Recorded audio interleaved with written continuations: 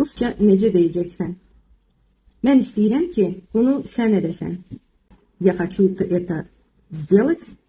Xeyr, səhvdir. Belə kimi cümlələrdə чтобы sözü istifadə edirik.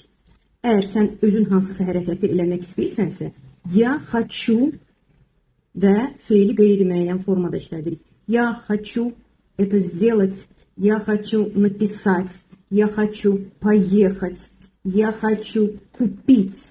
Əgər sən başqa adama müraciət edirsən və başqa adamın bunu etməyini istəyirsənsə, burada чтобы sözünü istifadə edirsən və əsas feil keçmiş zaman formasında işlənir.